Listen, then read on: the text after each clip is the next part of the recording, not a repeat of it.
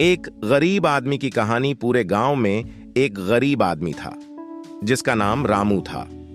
रामू की किस्मत काफी खराब थी। उसके पास न तो घर था और न ही कोई परिवार।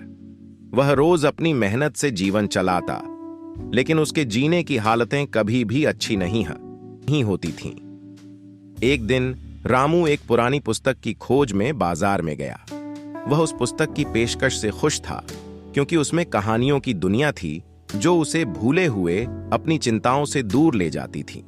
रामू बड़ी ध्यान से पुस्तक के पन्नों को पलटता और हर किसी बात को गहराई से समझता था।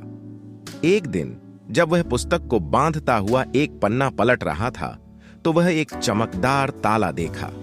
रामू की आंखें चमक गईं और उसने तुरंत उस ताले को खोलने का प्रयास किया, परंतु ताला खोलने की कोई चाबी नहीं थी। रामू ने खोजना शुरू किया, लेकिन कहीं भी कोई चाबी नहीं मिली।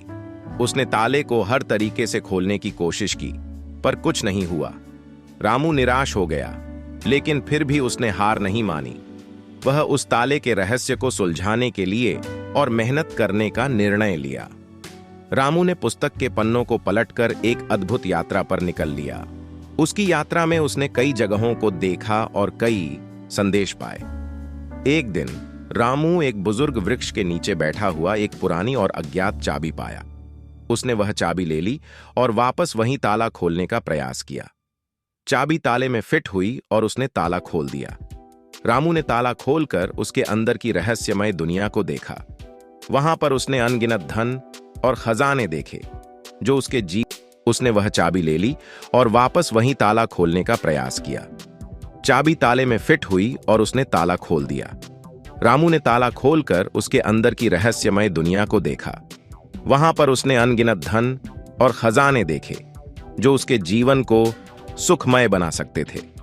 रामू ने उस धन को लेने की सोचा, लेकिन फिर उसने अपने मन की आवाज को सुना। उसने समझा कि धन से बड़ा कोई अमूल्य धन नहीं होता, जैसे कि नैतिकता, संयम और सहयोग। रामू ने उस धन को छोड़कर वहीं ताला बंद कर दिया और अपने गांव की ओर चला गया। वह अब भी गरीब था, लेकिन उसके अंदर की शक्ति, संयम और सहयोग की कमी कभी नहीं थी। रामू का दिल खुशी से भरा था, क्योंकि उसने अपने मन की सुनी और सही निर्णय लिया। उसने अनमोल नैतिक धन को प्राप्त किया जो उसके जीवन को अमूल्य बनाता था। इस तरह रामू की कहानी हमें सिखाती है कि अच्छाई और नैतिकता हमेशा सर्वोपरि होती है, चाहे धन हो या न हो।